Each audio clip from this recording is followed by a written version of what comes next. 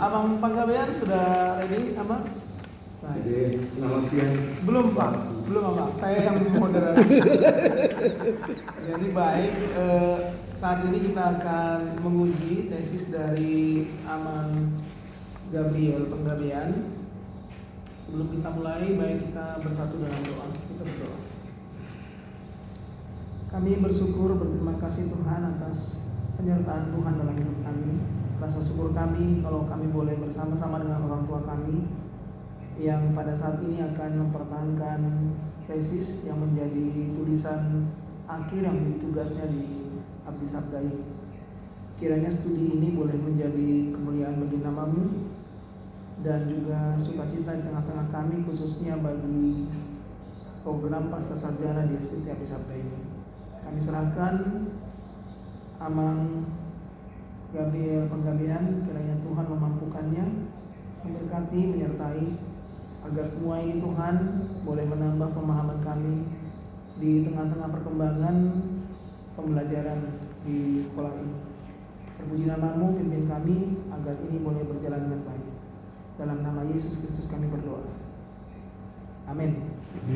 Ya baik, sebelum disampaikan Amang, saya mau izin dulu ke Bapak-bapak dosen, baik itu pembimbing 2 maupun penguji 1, 2, dan 3. Kalau diperbolehkan, kita kasih porsi waktu ke Pak Panggabean yang mungkin ada dispensasi sedikit karena 1-2 hal itu harus diterangkan dengan baik dan benar. Bagi saya seperti itu, karena selama proses bimbingan juga ada hal-hal yang mungkin nanti ada yang terlupakan, kembali dari sana, ada yang terlupakan kembali dari sana. Kalau boleh kita kasih waktu sekitar 20 menit untuk memaparkan materi ini. Mungkin terlalu banyak Pak. Atau 15 menit. Ya, less than 10 minutes. Less than 20 menit. Oke, silakan Amang. Selamat siang Bapak, para pengunjung semua. Selamat siang menjelang sore. Iya ya. Prof Batak di kaki salib studi dogmatik terhadap pengobatan dalam tradisi Batak. Latar belakang masalah kepercayaan mengenai hal gaib sudah beribu tahun yang lalu. Warisan budaya yang sakit pergi ke dukun dengan alasan tidak berhasil pengobatan medis, yang merupakan alternatif atau jalan terakhir. Kadang orang mengharapkan segala cara untuk sembuh, tapi dalam hal ini merupakan politeisme, hal yang serius bagi gereja. Maka perlu ada penelitian relasi antara agama medis dan medis. Tujuan penelitian yaitu apa yang hendak kita capai, untuk mengetahui apa yang menyebabkan warga berobat ke dukun, untuk mengetahui apakah berobat ke dukun benar, untuk mengetahui tindakan apa meningkatkan iman percaya warga agar tidak berobat ke dukun. Nomor 4, untuk mengetahui apa yang harus dilakukan warga jemaat dalam menjalani penyembuhan dari penyakit, untuk memahami ajaran gereja terhadap sikap warga jemaat yang masih pergi ke dukun. Penelitian dilakukan secara kuantitatif dan kualitatif atau mixed method. Bab 2, kerangka teoritis konseptual terhadap dukun dan pengobatan alternatif serta pengajuan hipotesa. Kerangka teoritis, dukun adalah orang yang mengobati, memberi jambi-jambi, memanggil orang mati, mempunyai kekuatan supranatural. Di perjanjian lama disebutkan Hartom yaitu pesulap, peramal, ahli nujum, kasab, penyihir, kasam, praktek sihir atau ramalan, anan, petenung. Bangsa Israel sering murtad. Istilah dukun hanya muncul sekali dalam perjanjian lama Yehezkiel sekian. Dalam perjanjian baru, kata dukun sama sekali tidak ditemukan. Kata piton yaitu tenung, misalnya dari Filipi kisah sekian. Mageto yaitu berarti sihir. Dalam masyarakat okultisme berarti yang memakai kuasa-kuasa kegelapan. Di Simalungun ada kepercayaan mengenai ada Naibata, ada Datu, ada Simangot atau roh leluhur, ada Ton Wijabu, roh nenek moyang, Sinumba, roh sakti pada tempat keramat, dan berhala-berhala buatan lainnya. Pada Batak Tuba di Batak Muda Jalina Burun, pengaruhnya permadin, yaitu Silau Nabulun, Panen Nabulun, dan Dadu merupakan pembunuh. Masyarakat Karo, penganutnya bukan pemena atau parbegu, pemujara arwah dan roh leluhur. Dadu atau guru sibaso, guru budin, jabatan, dan upacara yang kadang-kadang dilakukan ngecik kendi. Praktik pendukunan dalam perjanjian lama dalam masa Musa dengan ahli sihir di Mesir, yaitu tulah-tulah 10 tulah, itu Keluaran 7 dan sampai 11. Larangan praktik pendukunan atau praktik okultisme ada dalam Keluaran sekian-sekian. Pada Yesaya ada disebutkan murka Allah dalam melakukan ini, Yesaya 19 dan sebagainya. Saul juga pernah melakukan itu ke pendukung Endor kalau nggak silap saya, yaitu 1 Samuel 28. Di Imamat 1931 arwah-arwah mati roh ramal. Di Yeskiel 13 bernubuat sesuka hati memakai jimat-jimat. Mika 5 dan 11 peramalan penyembah buatan tangan manusia. Tawarik ada pembuatan mesbah-mesbah. Praktik perukunan dalam perjanjian baru pada zaman Yesus, dan pasca Yesus. Pada zaman Yesus banyak menyembuhkan orang sakit karena kerasukan daripada setan. Pasca Yesus di Samaria, Filipus berhadapan dengan Simon Penyihir. Paulus di Siprus menghadapi Bar Yesus hingga buta, tukang sihir nabi palsu. Di Efesus tukang-tukang jampi Yahudi, pemujaan dewa Artemis di Efesus.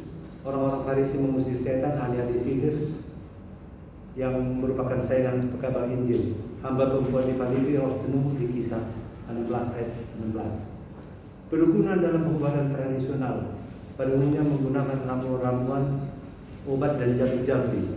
Perdukunan dalam praktik okultisme, yaitu kepercayaan terhadap kuasa-kuasa gaib dianggap penentu bagi kehidupan.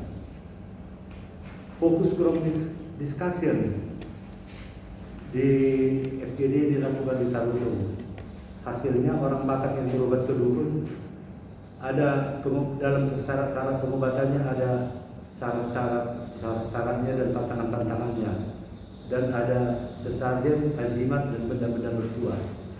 Suara-suara di hati dukun memberi petunjuk kepada masalah orang yang bertanya kepadanya, dan si pemohon harus percaya kepada dukun bersangkutan. Motif dari praktek pedukunan untuk orang datang untuk pengobatan, kekebalan, penjaga rumah, lans, kekuasaan dan sebagainya. Perbedaan berobat kedukun dengan kekristenan. Kalau kedukun dia ada kesembuhan badani mungkin, dan pada Kristen imannya yang bertambah. Kedukun dia berdosa oleh karena meninggalkan Allah. Pada Kristen Allah lah yang terpenting, bukan hanya kesehatan daripada tubuh. Pada dukun pasca sembuh akan muncul penyakit-penyakit kejiwaan. Pada Kristen ada perasaan kebahagiaan karena rasa terima kasih kepada Bapa yang telah menyelamatkan. Pada dukun takut mati. Pada Kristen berserah. Kerangka teoritis, bahan-bahan alami tak masalah. Kuasa-kuasa roh yang menjadi masalah. Penderitaan itu dapat disebabkan oleh dosa. Ujian itu dapat menguatkan iman, karena Allah tetap menyertai kita dengan kasih. Kemudian pengharapan, iman mengalahkan setan. Kerangka konseptual adalah gambaran abstrak mengenai suatu fenomena. Dukun, pengobatan tradisional dan okultisme. Ada jenis lain namanya white and black magic. Hipotesa adalah jawaban sementara terhadap permasalahan yang diteliti hingga terbukti melalui data yang terkumpul kebenarannya, diuji secara empirikal. Karena kurangnya pengajaran dari gereja, maka diduga masih banyak warga jemaat yang berobat ke dukun hanya untuk mendapatkan kesembuhan. Bab 3, metode populasi dan sampel penelitian. Metode penelitian, latar belakang penelitian, hipotesis, pengumpulan data dan sebagainya, dan kesimpulan serta saran. Populasi penelitian, sampel warga gereja, GKP, HKI, GKPS, GBKB. Pemahaman warga jemaat mengenai praktik pedukunan. Gereja-gereja ini dianggap mewakili suku Batak. Sampel adalah sebagian daripada subjek penelitian, dianggap mewakili keseluruhan yang merupakan bagian daripada populasi. Alat yang dipakai dalam pengumpulan adalah data dari Google Form. Peneliti akan mengirimkan link kepada responden. Alat pengumpulan data hubungan antara hal yang bersifat teoritis dan yang bersifat kenyataan yang ada di lapangan dilakukan dalam rangka pembuktian hipotesa. Dikumpulkan dengan cara penelitian kepustakaan bersifat teoritis. Penelitian lapangan caranya yaitu model kuesioner dengan FGD. Yang B, focal group discussion FGD, yaitu proses interaksi atau komunikasi langsung dengan responden tanggal 12 Juli 2023 di Gereja GKPS Tarunan. Pengumpulan data primer dari sumber pertama berupa penyebaran angka, wawancara dan observasi. Data sekunder diperoleh dari sumber tidak langsung. Penelitiannya akan dilakukan dengan penyebaran angket. Pembuatan angket penelitian, tahapan, media Google Form atau Google Formulir, digariskan pada perumusan masalah dan tujuan dari penelitian, dimuat pada Google Formula, dimampukan untuk menjangkau batas ruang dan waktu. Observasi ialah salah satu metode penelitian yang berdasarkan pengamatan indera langsung. Wawancara, ciri khas dari penelitian kualitatif. Metode kualitatif menghentikan keberadaan manusia, sulit diukur dengan angka-angka yang berorientasi secara kuantitas. Keadaan ekonomi, memahami berbagai permasalahan, tidak ada menunjukkan perbedaan yang besar. Keadaan sosial budaya, adanya upacara-upacara tradisi seperti sulap-sulap, makal ilmu dokter dan sebagainya. Bab 4, hasil penelitian dan kajian dogmatis. Data responden, FGD pengamatan langsung dan angket 22 orang. Google Form responden berjumlah 145 orang. Diagram 1, data responden dari jenis kelamin tidak memiliki perbedaan jumlah yang signifikan, hanya 15%. Diagram 2, data responden umur. Kelompok umur di bawah 35 tahun mayoritas. Tradisi budaya dalam studi dogmatis, fleksibilitas atau kontroversi. Fleksibilitas yang berarti mengurangi nilai kekristenan demi budaya atau toleransi. Yang bersifat luas, mudah dapat menyesuaikan diri. Sifat yang saling berkaitan antara iman kekristenan dan realita kehidupan. Warga gereja belum mampu meninggalkan tradisi kehidupannya. Diagram 3. Kepercayaan terjadinya segala sesuatu dalam alam berhubungan dengan mistik. Yang setuju 67%, tak setuju 34%. Maka di sini pergumulan gereja yang sampai pada saat ini masih belum selesai. Masih ada responden yang tidak mempercayai bahwa segala sesuatu di kehidupan berhubungan dengan mistik atau ilmu gaib dan kekuatan lainnya. Angkanya 33,8%. Pergumulan merupakan pergumulan gereja. Diagram 4. Dukun dapat menyembuhkan penyakit merupakan warisan budaya. Setuju 34, tak setuju 66. Bagaimana responden memahami nilai-nilai budaya tidak akan terlepas dari kehidupan manusia. Data yang diperoleh melalui angket ini adanya pergumulan dengan tradisi atau budaya. Subjudul di atas menggambarkan pergumulan gereja, bagaimana bersikap terhadap budaya, apakah gereja fleksibel atau kontroversi. Diagram 5, semua penyakit dapat disembuhkan secara medis. Yang setuju kira-kira 59,3%, tak setuju 43,5%. Jadi masih ada dianggap ada kemampuan lain di luar daripada para medis untuk kesembuhan, alternatif lain. Diagram 6, berguna berhubungan dengan adat budaya dalam persekutuan keluarga jemaat. Hasil yang setuju 72, tak setuju 28, sekian. Mayoritas kita tidak setuju. Studi dogmatis terhadap pengobatan tradisional Batak. Kelompok masyarakat Purba harus mewakili keberadaan masyarakat Batak. Diagram 7, semua penyakit dapat disembuhkan secara medis. Setuju 60%, tak setuju 44%. Masih ada yang percaya ada kesembuhan lain selain daripada medis. Dibanding dengan Yakobus 5 ayat 19, adanya karunia atau karismata yang diwujudkan Tuhan. Elia berdoa memberikan karunia kelebihan dan kekuatan tertentu pada manusia. Diagram 8, penyakit dapat disembuhkan dengan menjaga kesehatan tubuh. Yang setuju 93%. Orang matang memahami hal ini di luar daripada persoalan mistik. Diagram 9, gejala penyakit ada hubungannya dengan dukun. Setuju 76%. sebagai pesan mengadakan tidak berhubungan dengan mistik. Diagram 10, gereja supaya melakukan hukum siasat gereja pada yang berdukun setuju 51 dan setuju 50%. Jadi hampir 50-50. Peran gereja bukan sebagai memberi hukuman, tapi memberi penerangan yang benar untuk tidak menduakan Tuhan. Memaknai roh Bata di kaki salib. Karunia pemberian Roh Kudus harus diuji dulu, seperti dalam Yohanes 1 4 ayat 1. Jangan percayakan setiap roh, tapi uji dulu apakah berasal dari Allah. Karunia yang terdapat pada dukun adalah kekuatan, hasil kekuatan mistik, didapat turun temurun. Menurut penulis, pengobatan dukun bukan karunia dari Tuhan, tetapi hubungan dengan roh-roh. Ada syarat-syarat penyembahan. Yeremia menyebut jadi kekuasaan dan kekayaan seperti yang disebutkan pada Yeremia 9:23. Kamu berasal dari Allah, anak-anakku. Kamu telah mengadakan nabi-nabi palsu. Roh di dalam kamu lebih besar dari roh yang dari dunia. 1 Yohanes 4:4. Menurut Mor dan Sinaga, dukun bekerja dan dapat memberikan kutuk dan hukum dari Allah bagi diri sendiri dan bagi keturunannya. Syarat yang dikerjakan oleh dukun itu bukan sesuatu yang berasal daripada Tuhan, tapi kuasa-kuasa pihak.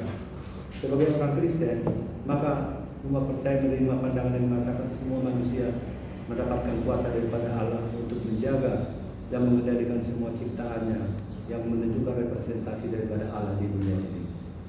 Diagram 11, dukun perantara Tuhan untuk menyembuhkan. Masih ada 10,4%. Masih ada 10,4% orang yang percaya dukun sebagai perantara daripada Tuhan. Diagram 12, kemampuan dukun dapat menyembuhkan oleh karunia Tuhan, warisan budaya, dilestarikan. 14,5% responden masih ada yang percaya kemampuan dukun merupakan karunia Tuhan. Kajian dogmatis Roh Batak sebagai dena gereja. Pokok pikiran penting sehubungan dengan topik adalah pemahaman gereja-gereja suku terhadap nilai kekhasan yang ada dalam perjalanan kehidupan, kesaksian sebagai gereja dan organisasi umat percaya, pengenalan diri, memiliki kekhususan gereja masing-masing, sudah terpelihara dari sejak dahulu dalam kehidupan gereja, contoh HKBD, GBKP, GKPS, dan sebagainya, yang berbeda jika dibandingkan dengan gereja-gereja yang lainnya khas. Hal ini diturunkan atau herediter dan dinamakan dengan kode materi genetik atau genetik code yang ada pada manusia dan hampir semua organisme lainnya memberikan analogi keberadaan dari gereja-gereja yang berbeda-beda latar belakang.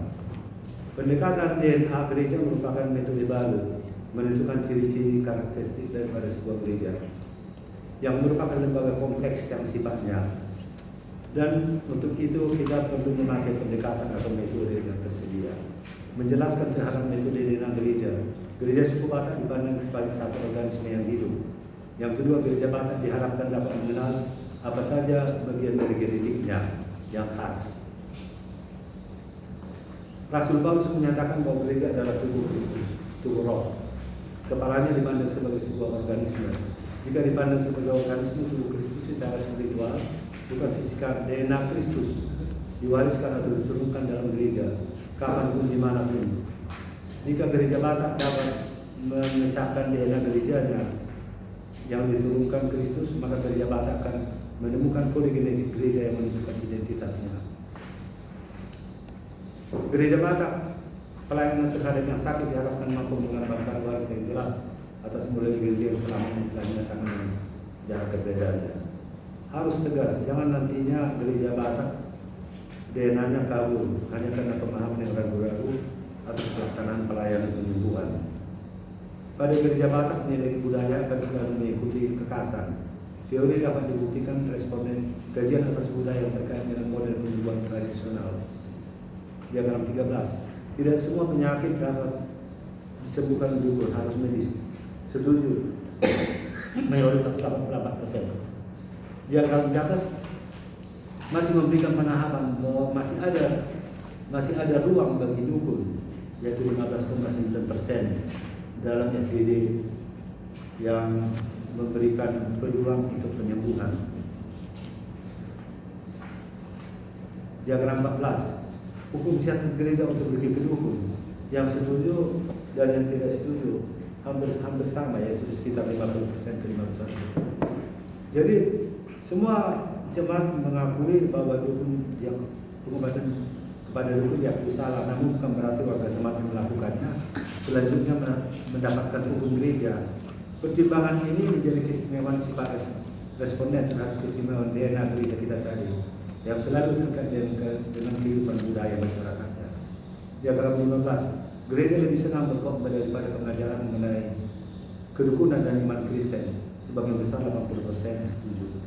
Gereja dapat memberikan pemahaman akan keberadaan daripada dukun. Itu usul kita. Diagram 16. Tidak semua budaya bertentangan dengan Kristen. Setuju 95%. Walaupun sudah Kristen tetap tidak dapat meninggalkan tradisi dan budaya. Pembuktian hipotesa. Google Form merupakan metode pengumpulan data mencakup wilayah dan bentuk administrative question, mengajukan daftar pertanyaan. Pembuktian hipotesa, data responden membuktikan hipotesa awal. Kurangnya pengajaran dari gereja, maka kedukun orang untuk mendapatkan kesembuhan disimpulkan bahwa hipotesa tersebut dapat diterima dan terbukti kebenarannya. Diagram 17. Kurangnya pengajaran gereja mengenai kedukunan, ada yang setuju 77,2%. Diagram 18. Ajaran gereja perlu mendapatkan para medis dukun iman pada porsi yang tepat. Setuju 89%. Diagram 19. Peran gereja menempatkan budaya yang tidak bertentangan dengan iman Kristen. Setuju 97%. Sebagian besar setuju akan peran gereja. Kesimpulan dan saran. Kesimpulan didasarkan pada uraian di bab selanjutnya. Ditambah lagi dari hasil temuan penelitian. Pertama, Tuhan Allah memberikan kuasa rohnya, kekuatan yang melampaui segala kuasa kegelapan. Yang kedua, penyakit bukan alasan untuk meninggalkan iman percaya. Yang ketiga, dukun memiliki kemampuan supranatural, dipercaya mampu memberikan kesembuhan. Pengobatannya pakai jampi-jampi, arwah dan sebagainya. Yang keempat, manusia pasti mengalami sakit, maka akan berusaha mencarikan kesembuhan. Terkadang mereka percaya akan kekuatan daripada dukun karena nilai-nilai tradisi ataupun budaya. Meskipun mereka tahu bahwa berobat ke dukun salah menurut iman, tapi karena mereka gagal berobat di rumah sakit, maka mereka melakukan terapi alternatif dengan pergi ke dukun. Yang kelima, kekuatan dukun berasal daripada kekuatan baik, bukan daripada Tuhan. Yang menyangkut ilmu magic, Tuhan Allah melarang dukun memakai tipu muslihat dan kekuatan jahat untuk melakukan mujizat dan penyembuhan. Hal utama, iman percaya kepada Tuhan berfokus untuk mendapatkan kesembuhan dan juga mendapatkan keselamatan. Kristen siap menanggung penderitaan. Ketika datang penderitaan dan pencobaan, jangan mengambil jalan singkat, jalan salah. Saran, upaya untuk dapat mengatasi permasalahan yang berhubungan dengan topik penelitian. Ya, saran kepada gereja, tugas pengajaran, pembinaan, terutama yang sedang sakit. Yang kedua, pelayanan perkunjungan kepada jemaat yang sakit untuk memberikan semangat. Yang ketiga, perkunjungan relasi yang baik terhadap tenaga medis. Yang sakit mendapatkan pemahaman yang benar tentang penyakit yang dibantu tenaga medis. Memindahkan si sakit untuk pergi ke dukun. Saran kepada warga jemaat menjaga kesehatan, meningkatkan imannya jika datang penderitaan, tidak membuat imannya goyah. Tidak hanya memikirkan kesembuhan, percaya pada keselamatan yang ada dalam Tuhan. Jika tubuh sakit, bukan berarti iman ikut sakit. Sekian, terima kasih. Iya, baik. Terima kasih, Abang. Kami sudah terima pemaparan dari sisi ini. Kami juga mengharapkan nanti kalau boleh, karena Abang juga praktisi di bidang kedokteran medis. Mungkin Abang nanti bisa menggambarkan bagaimana bahkan pengalaman dalam pelayanan di lapangan pengobatan. Bagaimana ini menjadi semacam pergumulan, terutama pergumulan keberimanan. Kami berikan kesempatan kepada penguji pertama. Kalau di daftar ini ada Bapak Sipayung. Silakan Pak Sipayung. Oke. 20 menit cukup Pak? Ya. Mudah-mudahan. Tidak lebih dari.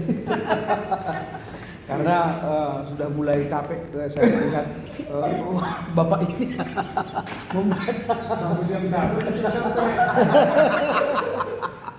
Gara-gara makan enak dan bicara. Iya. Banyak makan gitu. Iya. Jadi ngantuk namanya. Oke,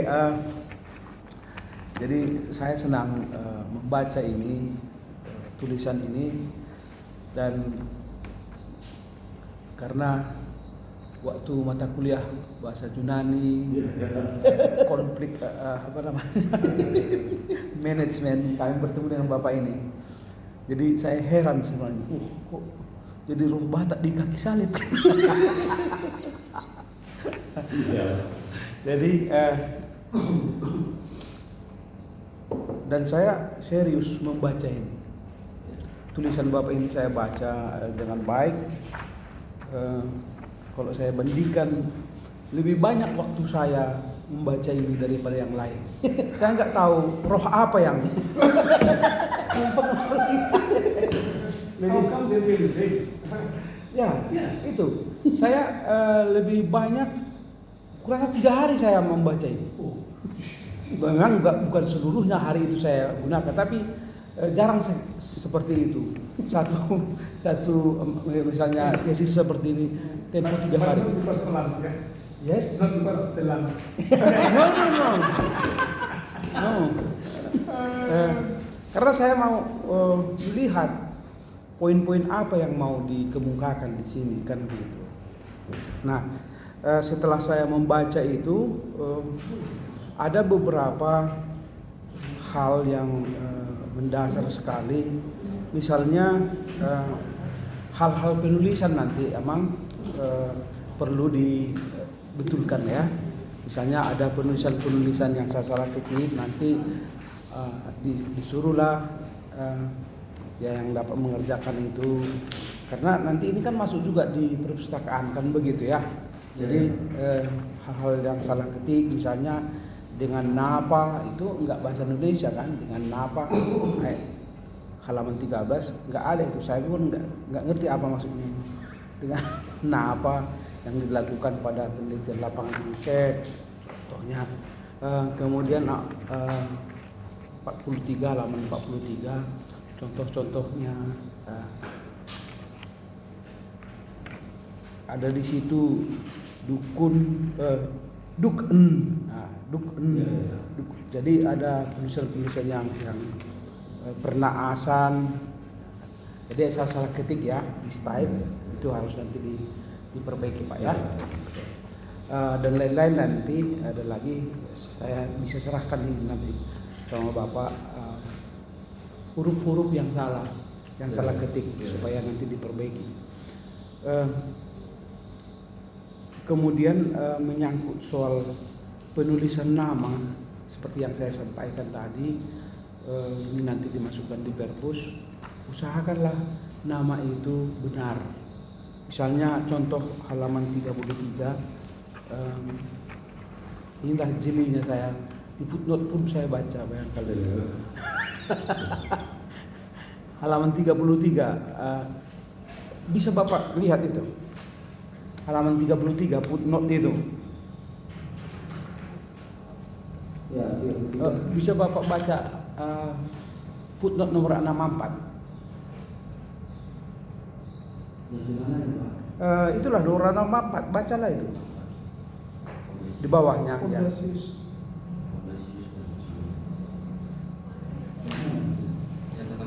Catatan kakinya. Bapak baca di situ gimana? Saya lihat dulu. Pondasius.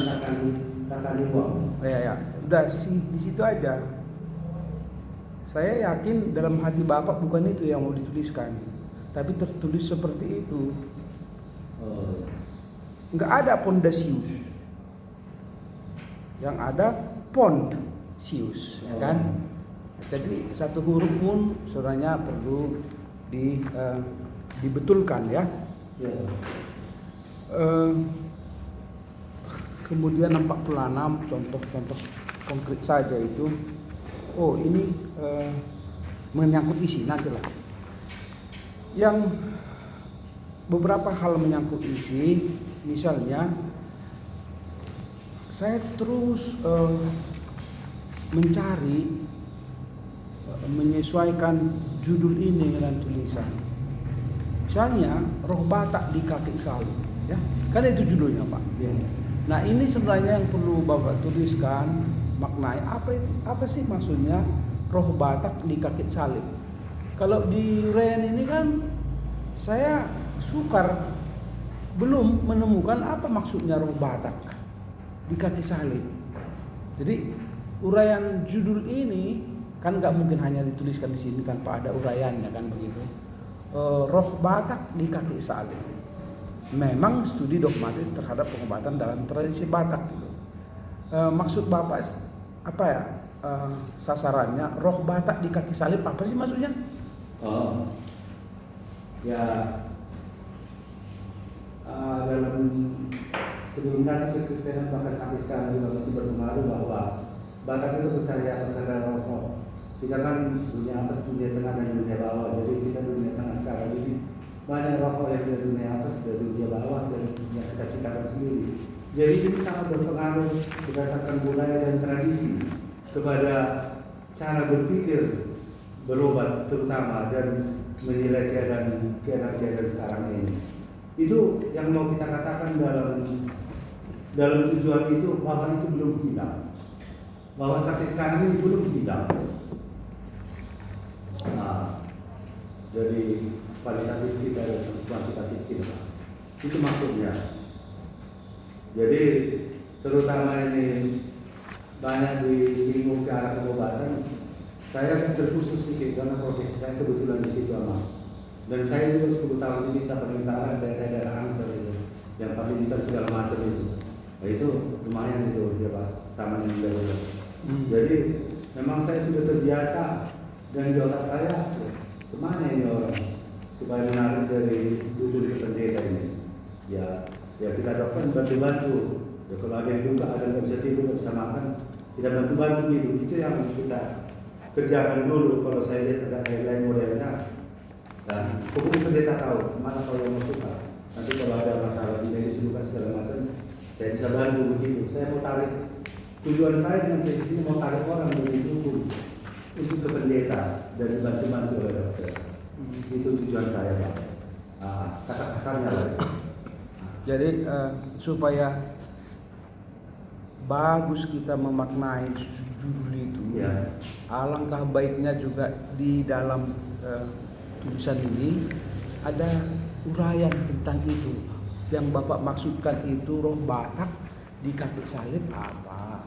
Supaya pembaca kami ini tidak menerawang, tidak menduga-duga apa sih tujuan Bapak. Jadi kalau Bapak sudah tuliskan itu tujuannya, apa maksud roh Batak di kaki salib ini, kami tidak menafsir lagi.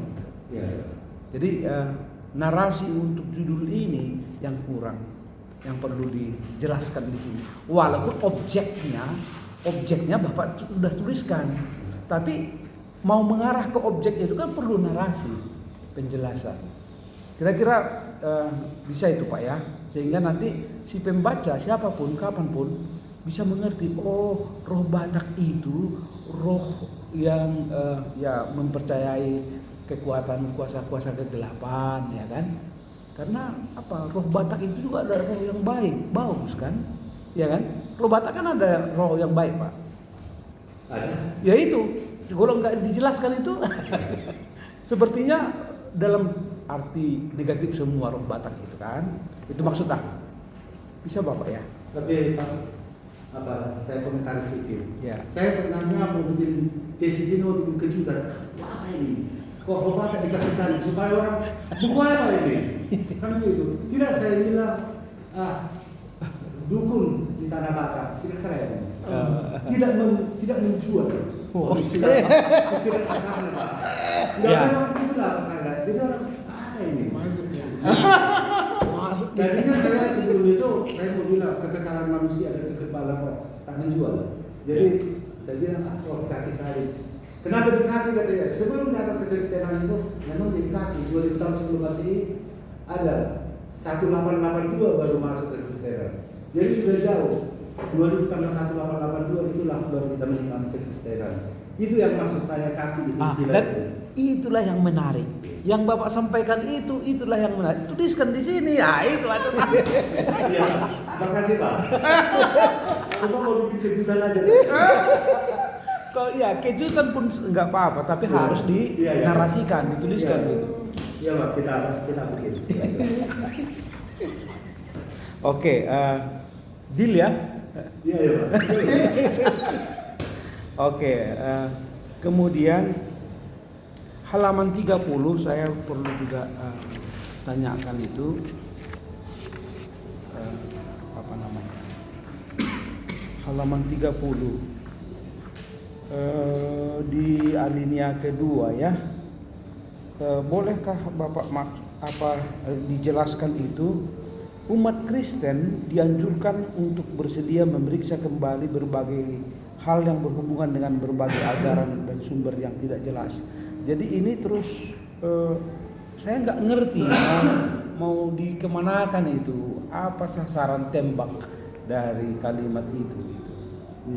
Hanya muncul saja begitu. Di kalimat terakhir setelah kutipan 60 itu Amang, setelah kutipan 60 di Tidak kalimat jelas terakhir, maksudnya. umat Kristen dianjurkan untuk bersedia memeriksa kembali berbagai hal yang berhubungan dengan berbagai ajaran. Jadi berbagai hal yang berhubungan dengan berbagai ajaran dari sumber yang tidak jelas. Oh, ini. Ya, itu sumber-sumber apa mungkin itu yang mau Amang Jadi jelaskan? kan banyak kata-kata sekarang ya, seperti kita katakan dengan dibuat tidak tadi kita bilang bahwa itu memang dia mempunyai karunia daripada Tuhan. Nenek moyang kita sudah melakukan itu ada dan segala macam maka sudah menganjurkan umat Kristen bersedia mencek kembali apakah ini apa ajaran-ajaran ini dari sumber-sumber yang tidak jelas kekristenan. Begitu pengertian saya Pak. Jadi karena kan kita sudah cerita juga tadi mengenai penanya dulu. Jadi ini kalau yang tidak jelas dia sumbernya tidak jelas karena terus tangkap yang terus diambil begitu. Itu maksud saya Pak. Mungkin nanti kata-kata saya berbagi Pak. Ya, tetap porsi yang sama yang mau saya sampaikan. Kalau ada kata-kata seperti ini, penjelasan kalimat seperti ini, harus Bapak arahkan apa yang Bapak maksudkan gitu. Sehingga pembaca kami tahu kesana rupanya tujuannya gitu. Sehingga nggak begitu saja kalimat-kalimat begitu saja dia nggak punya makna bagi pembaca karena nggak dimengerti. Nah, kan gitu. Oke.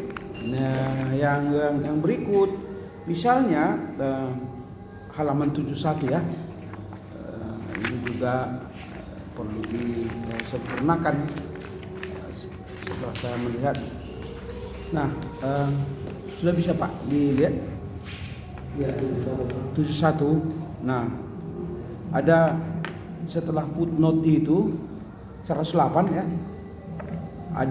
Adanya perintah yang menyebutkan takutlah akan Allah dan berpeganglah pada perintah-perintahnya karena ini adalah kewajiban setiap orang. Ini dari mana nih Pak?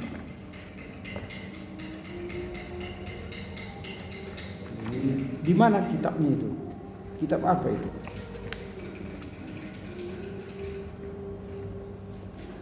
Saya sebut dari 1 Ya, itu tidak dituliskan ya. Ya nanti saya tulis. Saya mengambil aja begitu Dari buku ya Pak ya, dari buku itu ya. lupa pula saya mengisi ayatnya itu Pak atau membuka di Google nama tertulis itu jangan tulis Ya. ayatnya sekali jadi saya ambil kalau tidak pula saya. Jadi alangkah baiknya walaupun sudah tua membaca Alkitab kan gitu. Iya.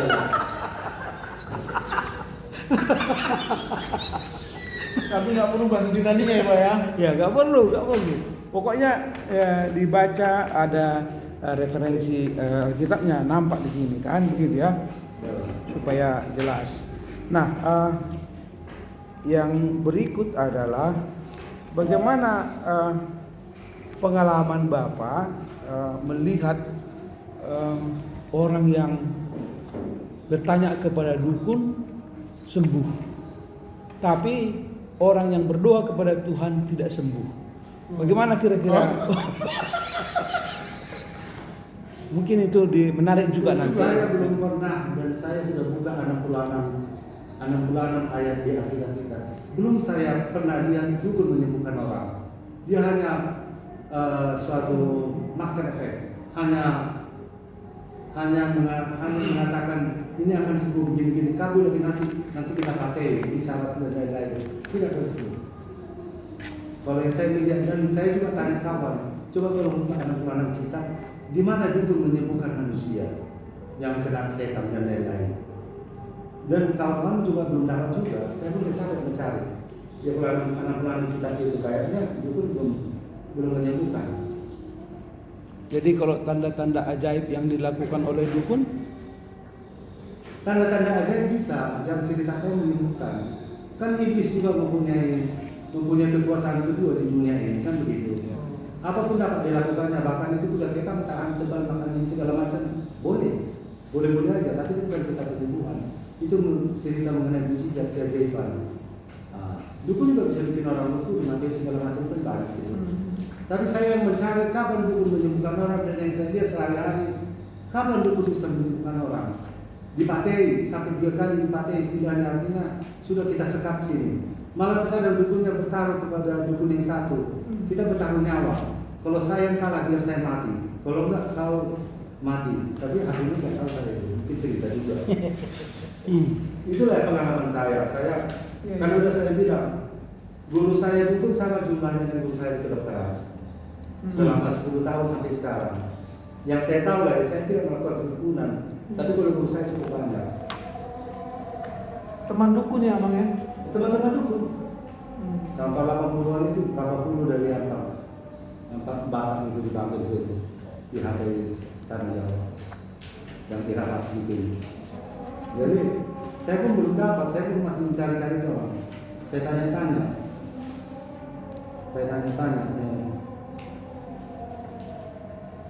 Sama dengan apa masking efek orang sakit gigi ya dipakukan dapat dia udah hilang, besok bangkit lagi. Kita demam segala macam, makan Panadol 5 biji hilang, tapi penyakit besok bangkit lagi. Itu yang dilakukan dukun.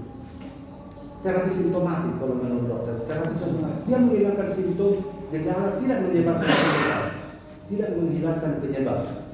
Kalau menurut saya penyebab itu, maaf ya, saya bukan pandai-pandai tapi belajar pandai ya Bang.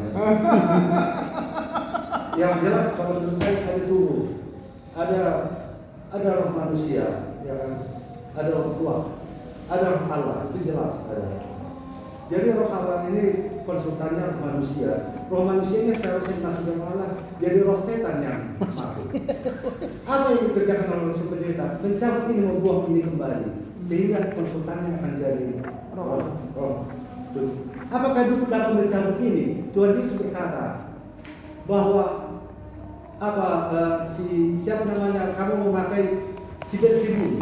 Jadi berarti pada ketika itu ada satu tradisi bahwa orang ya dalam mantra juga gitu. Hai si anu gini bangkitkanlah si dunia begini kalau kau tidak mampu saya akan serahkan kepada si anu begitu. Karena di setan juga atau di arwah nenek moyang ada negerinya, di Batak juga ada negerinya kan. Ada Begu, ada Simagot, ada Sombaon. Jadi yang mana yang tertinggi adalah Sombaon, itu menurut teorinya mengusir Begu.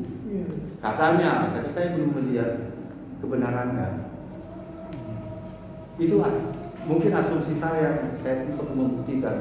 Oke, baik yang terakhir dari tulisan Bapak ini, sebenarnya apa yang Bapak harapkan dilakukan orang lain atau kita lakukan dengan judul ini? Gini Mas, jadi gereja itu adalah kumpulan orang percaya pada suatu organisasi kan tentu. Suatu organisasi mungkin akan dihadapi oleh organisasi. Organisasi kita adalah gereja. Macam mana mereka menghadapi ini? Sebenarnya masalah mereka apa? Masalah mereka itu mereka punya kekhasan. Si Malumun khas ini sangat itulah dalam FGD itu kita mendapatkan DNA, deoksiribonukleik acid, bahwa itu khas dan diturunkan. Walaupun kadang-kadang dia bermutasi, tapi itu jarang. Contohnya 2000 tahun sebelum Masehi dia bermutasi pada 1882 menjadi pengikut daripada Kristen, itu mutasi. Pada manusia juga kan sebenarnya dapat mutasi lebih cepat lagi. Jadi yang saya maksud itu kita masuk bikin fokus grup diskusi, kita dapat DNA-nya, kesalahan mereka maunya di mana mereka, maka kita mencari solusinya, kan begitu. Solusinya tentu dari pendeta, ya. Kalau yang dibilang dukun misalnya, seperti saya bilang itu, ya mereka bertanya kepada saya sewaktu saya ngasih ceramah, kalau orang jegang-jegang itu dia sakit ulu hatinya, tidurkan di situ, langkah itu juga di kiri dan kanan. Saya bilang itu bukan suatu mistik. Pada waktu kita duduk gini, asam lambung akan naik sampai tertorong kepada dia. Ini bukan jeli. Coba tidurkan, maka dia akan merata kembali. Tanpa kau langkai begitu, dia akan merata kembali. Jadi membereskan itulah bahwa jangan sikit-sikit mistik. Yang mana pure mistik, yang mana false, itu adalah dikerjakan seorang dokter membantu Pak Pendeta ini. Jadi saya membantu kalian ya Pak. Tidak diminta, saya membantu. Betul nggak Pak? Ya kan sudah. Ya jelas memang itulah tujuan saya. Ini Pak. yang terakhir Pak. Dalam pengalaman Bapak, adanya teman Bapak yang misalnya bertanya kepada dukun dan hasilnya positif?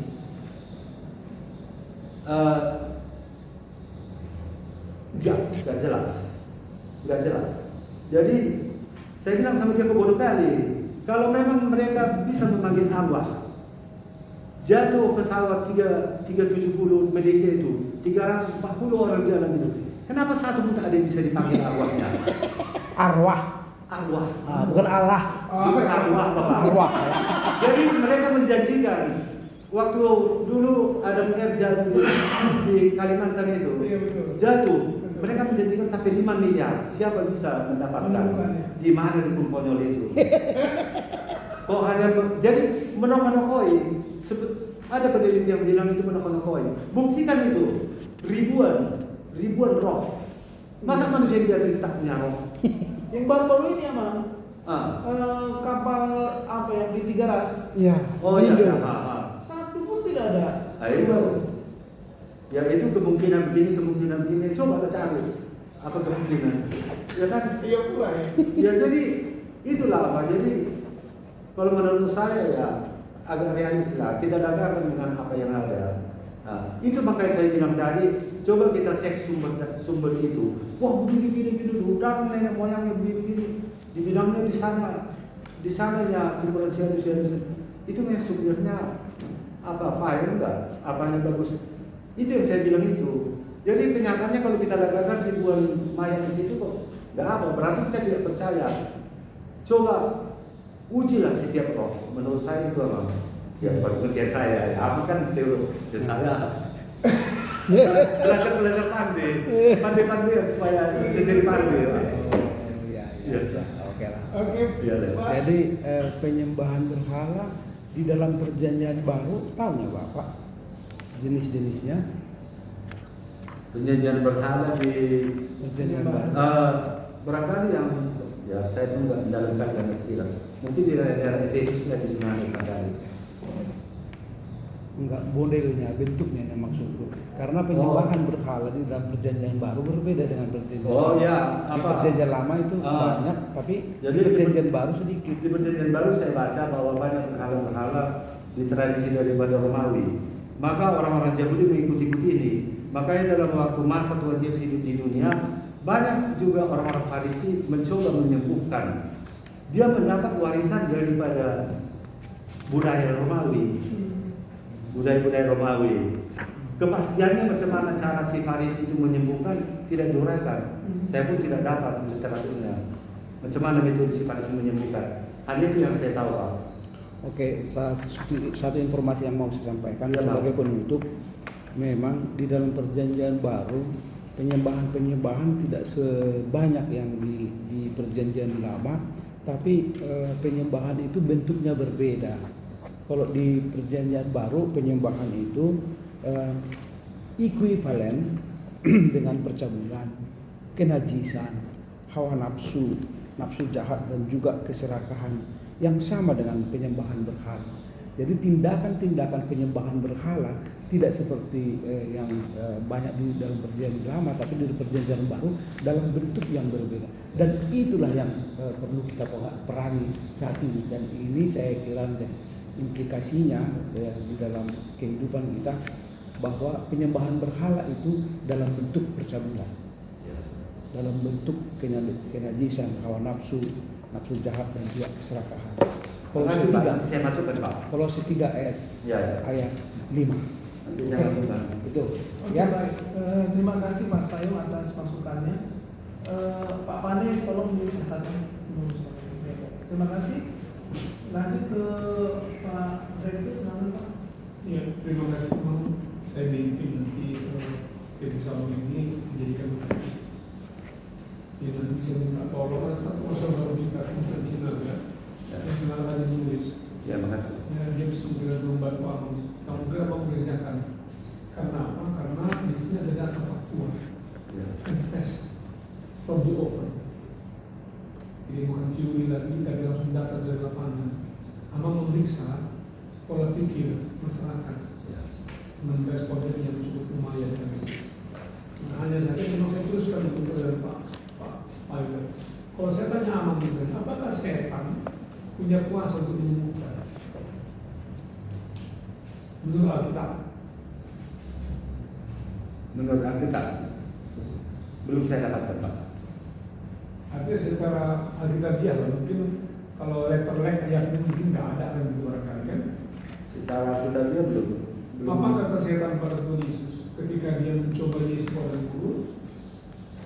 Ya, pertama ya roti ini jadikan apa? Bagi ini jadikan roti. Yang kedua naik ke puncak gereja itu, lompat ke bawah. Yang ketiga naik ke atas gunung dia. Ya, mari aku serahkan sama kau semua kekuasaan dan sembah aku.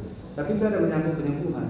Ya, ini karena dalam kutipan itu segala kuasa ada asal kamu tunduk pada Tuhan itu. Nah, apakah misalnya ayat itu dijadikan menjadi landasan bahwa sebetulnya jangankan kesembuhan, kematian juga bisa dilakukan ini. Kalau kita pikir pada Ayub, di Ayub dikatakan apa? Kalau soal kematian, kan hanya ada melarang dia. Boleh berbuat apapun juga, tapi ada satu yang tidak boleh melakukan. Artinya apa? Allah nggak mengizinkan.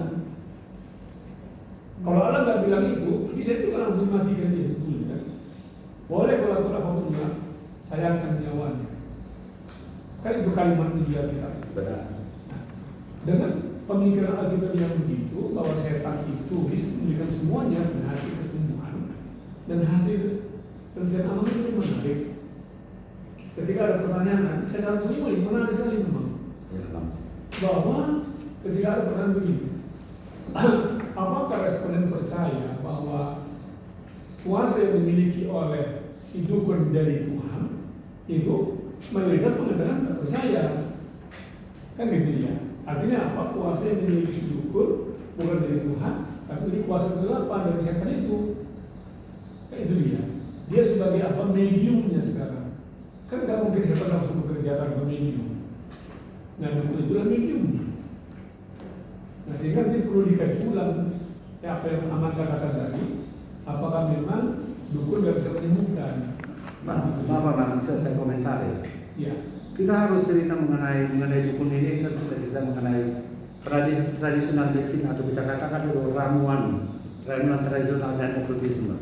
Yang satu dia tanpa dimantrai, hanya zat kimia. Contohnya, kalau kita ramuan racun misalnya bisa ular, bisa melatu segala macam, tanpa dimantrai itu minum silakan mati. Tapi yang tanpa mantra, yang dengan mantra misalnya orang pada bilang tidak juga diurut yang kayak di Tanah Karo itu tanpa mantra, tidak memakai ramuan Pak.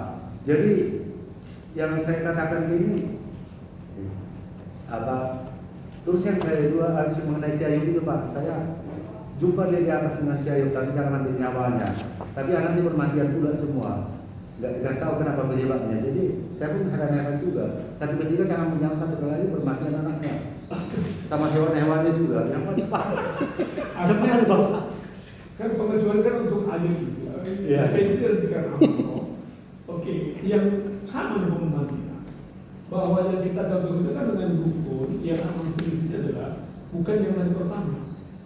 Kan ada namanya herbalis. Iya. Tanpa mesti pakai mantra. Iya. Misalnya contoh temulawak itu, Iya. apapun ceritanya dia mengambil zat kurkuma kan? Iya. Itu kita kategori herbalis, netral, nggak Iya, masalah. iya. Itu ceritakan banyak tanaman-tanaman untuk obat kan? Iya. Bukan medis, saya termasuk penggunanya. Makanya aman dia percaya. Saya punya penyakit gula kan? Tapi yang kita persoalkan kan yang ini tadi, yang dengan kuasa kegelapan Iya, itu. iya. Iya. Nah, supaya jangan terlalu cepat langsung mengambil kesimpulan, karena memang anak sudah meneliti di sini. Apa faktor penyebab orang pergi ke dukun? Penyebabnya adalah kalau dia tahu itu salah, jadi apa yang anak teliti dengan hasil temuan saya di lapangan serupa. Jadi kalau bertanya, apakah anda merasa berdosa pergi ke dukun? Jawabannya iya. Tapi pergi juga. Tapi pergi juga. Kenapa? Karena belum siap mati dia. Dia akan sembuh. Kan gitu ya kan? Sama. Nggak mau jumpa Tuhan Pak. Jadi lebih bagus aku sembuh walaupun tidak selamat daripada aku mati masuk surga. Ya. Jadi gimana kayak gitu? Itu dikaji kan? Iya. Tolong ya. Nah kalau ini kan bukan sebuah novel ini. Saya penasaran juga dari kemarin-kemarin soal ini kan. Ya videonya sudah bagus. Kan gitu ya. Coba. Cuma disetuju dia masukkan supaya makin memperjelas apa yang tadi akan si Payu katakan toh. Karena ternyata setelah kita lihat daftar isinya semua pembahasan itu suatu obat yang berguna. Nah, bagaimana kalau saya khusus studi dogmatis kan ilmiah nih terhadap pengobatan dukun dalam tradisi Batak di subjudulnya pertahankan justru apa itu ya perobatan di kaki salib. Jadi nanti orang buka misalnya bab 1, bab 2, oh pasti kan kita yang bicara kenapa di sini. Kalau studi nanti, Iya. khusus saya memperjelas. Ya, Bang. Lalu kita lanjut dulu ya. Ini karena menarik, mungkin banyak nih. Tapi dalam rangka melengkapi dan Menyempurnakan Pak. ya. Amal sudah disebutkan di halaman 51 soal populasi. Tapi saya tidak menemukan angkanya di sana. Dan di halaman 52 Amal menyebut soal sampel. Tapi saya juga tidak menemukan berapa sampel. Hanya itu muncul nanti di halaman 63. Jadi ada 145 orang. Itu apa itu Pak? Yang 145 orang? Populasi atau sampel? Sampel. Sampel, Karena kita kan? begini Pak. Google Form itu kita lempar ratusan ke beberapa Batak ini. Yang kembali segitu Pak. Makanya kita akan dengan sampel. Oke, kalau gitu supaya dapat angka dari populasi yang mana? Oh ya. Berapa yang akan sebar aja? Misalnya saya beri 500, kan gitu. Kembali sama 45. Iya, iya Pak. Kan harus ada data populasi. Oh, kita tuliskan itu Pak. Harus dong. Oh, ya, makasih Pak. Karena kalau abang dapat sampel 145 berbesar ini, kan gitu. Makanya hebat sih dia ini. Hebat kali pun ini. 145 dalam data itu kuat. Kita punya banyak sekali data yang luar biasa, gitu kan? Nah kemudian berikutnya, apa yang abang temukan dalam halaman 66 toh? 36% bertanya kuasa gelap sebagai faktor penyebab penyakit.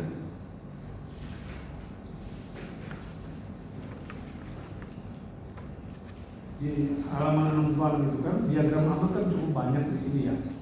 Dan itu menurut saya sangat menarik sekali, gampang dilihat, dibandingkan langsung. 29 terlambat Pak. Kenapa?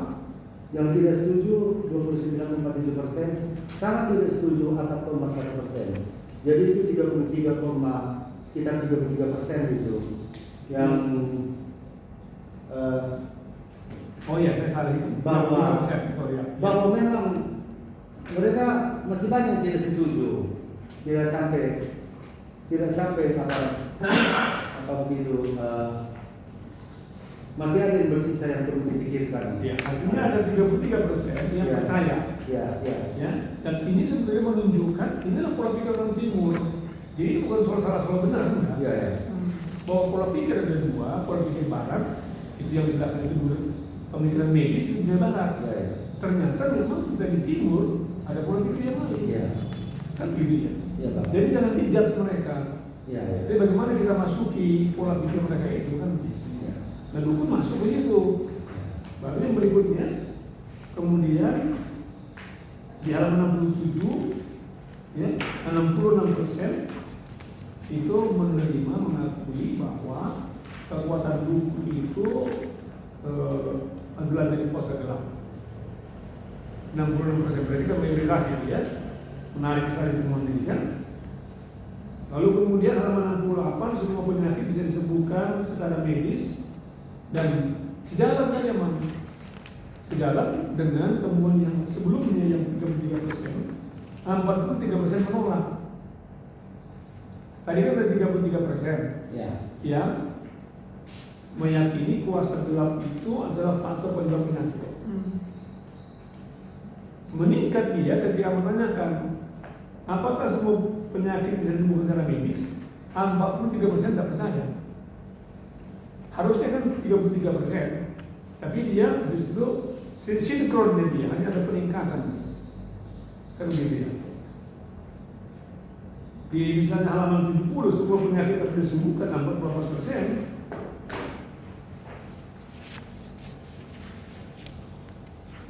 Itu dia kira berapa itu? Halaman 70. Nah ini dia.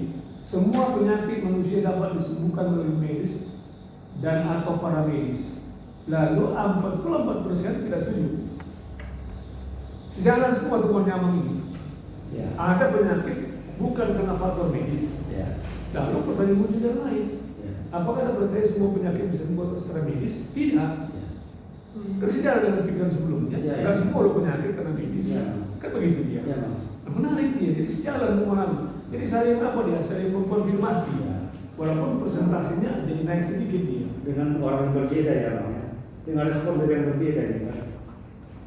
Yang 145 lah. Oh iya. Kan sama itu sumbernya. Tetapi memang ada di misalnya 72, makanya saya sarankan ini jadi buku Bang. Karena sangat-sangat langka studi yang begini. Ya. Ini langka sekali, kombinasi antara kualitatif dan kuantitatif. Langka sekali. Tadi saya sarankan Bapak Jalan Mayor untuk jadi bantu masuk jurnal. Sayang sekali, buku aja langsung. Kalau soal dana kan ya nggak perlu kami ingat lagi kan Amang soal itu. Nanti ada karyanya Amang khusus soal itu. Wah, Iya, iya. mantap Saya sekali. berbeda sama seperti saya bilang itu tujuan saya jelas mau mencabut orang dari hukum, mengarahkan ke bapak semua. Saya bantu-bantu. Ke pendeta ya Bang. Nggak diminta bantu saya. Kenapa? Lalu Amang tadi kemudian di halaman yang 73 ya. Masuk apa? Halaman 73 ini unik ini, jemaat setuju kalau pergi ke dukun kena sesuatu gereja. Tapi dalam praktek gereja nggak punya keberanian melakukannya. Kenapa? Ya pertanyaan muncul, kalau kami nggak ke dukun, kemana ini? Kan itu target Amang. Kan gitu. Pendeta, makanya nggak pernah efektif khotbah pendeta di mimbar. Soal jangan kita berdukun, itu dosa. Nggak efektif itu. Kenapa? Kalau ada pertanyaan seperti ini, Amang pendeta, aku sakit parah. Kemana aku pergi? Siap Anda mendoakan saya? Tidak akan mati pula nanti kan apa? Kan itu solusi yang ditawarkan di sini kan? Kira dulu ya. Mari. Dukun itu alat Tuhan. Itu halaman 77. Ini sangat tinggi sekali. Jadi dari sisi pengajaran mereka memang mengatakan no. Artinya mereka tahu itu salah. Tapi itu salah pun tidak. Karena nggak siap Tuhan. Itu semua klien saya. Kenapa Anda salah? Tahu nggak ini dosa? Nah ini dia jawab ini. Dia mati. Belum mau buka Tuhan ya. Masih mungkin aja kan? Nah walaupun setelah dia seperti yang bilang tadi kemarin nggak sembuh, dan saya pendeta, ke pendeta mana? Sembarang pendeta, kan tidak. Ke karismatik, ke injili. Lalu kenapa kita nggak bisa kasih solusi untuk mereka? Nanti itu harus muncul di syarat, itu nggak muncul di syarat apa? Kemudian dukun itu karunia, ini sejalan. Jadi tadi mengatakan itu dukun bukan dari Tuhan. Apakah dukun itu karunia? Hampir mirip, 89% tidak. Jadi memang klaim amal itu konsisten. Nah, lalu ini yang menarik. Makanya dia juga nggak salah. UN 2014, saya ikut pertemuannya di Furka. Itu mereka menyadari kelemahan kita. Kita paksakan pikiran kita ke orang di timur, Asia dan Afrika. Seolah-olah apa yang terjadi di Barat harus terjadi di kita. Apa yang kita hadapi nggak masalah. Sehingga mereka nggak peduli soal puasa ke-8. Makanya 2014, 2012 diputuskan di Brastagi. Gereja-gereja harus melengkapi para hamba-hamba Tuhan dengan pelayanan pelepasan. Persoalannya kan, termasuk saya, kita kan alumni dari sekolah teologi yang itu nggak pernah dipelajari, bahkan yang nggak ada. Makanya ditertawakan si Waris Oblau. Kau ini bikin apa? Dipertahankan di Eropa itu bukan persoalan. Datang ke Afrika, datang ke Asia, itu persoalan. Makanya dikatakan lengkapi. Nah, itu yang saya maksudkan nanti. Masukkan anak di sana kepada gereja supaya gereja-gereja melakukan rekomendasi pertemuan IUM di Brastagi 2012. Bayangkan sekarang sudah 2023. Secara organisasi gereja yang sudah mengakomodasi itu BKP itu sudah pernah mereka. Lalu kemudian HKBP juga sudah, ya. Kemudian yang lain masih belum. Karena tanpa itu aman, nggak mungkin kita menggantikan posisi dukun. Apa dasarnya? Kalau si pendeta nggak dilengkapi, ada penyakit bukan karena medis. Kalau medis oke lah, tanam dokter. Kalau ada masalah psikis, oke dibantu psikiater dan doa, obat-obatan kan gitu ya. Tapi di luar itu, kita mau studi di sini. How to equip them? Apalagi ada pemahaman yang salah. Saya lama diskusi dengan beliau. 3 istilah di Alkitab yang berhubungan dengan pelayanan healing ini kan. Bicara soal healing kan. Apa itu satu? Satu itu adalah karismata. Itu kan 1 Korintus 12 ayat 8 sampai 10. Baru yang berikutnya ada talenta. Lalu yang sebetulnya Yesus yang sebutkan di Alkitab itu bukan yang itu, tapi eksosia. Eksosia itu apa? Untuk saya sama-sama dokter ini ada diskusi lama di sana. Amang sebagai apa sekarang? Dokter spesialis anak. Ya, Amang punya eksosia untuk menangani anak. Saya nggak punya. Saya pengkhotbah, pendeta. Saya punya otoritas untuk berkhotbah. Kan begitu. Kompetensi gitu ya, Bang. Iya. Tapi lebih digunakan istilahnya otoritas, kuasa. Tadi bukan dunamin, lain lagi nanti itu amin. Nah itu nanti yang memang perlu dicerahi. Karena kami pendeta termasuk saya sebelumnya pun kalau khotbah bilang begitu itu karunia, nggak semua orang. Nah di Alkitab nggak begitu. Yang nggak semua orang itu kan karisma. Nah, itu bukan karisma. Mengusir setan, menyembuhkan orang setan itu bukan karunia.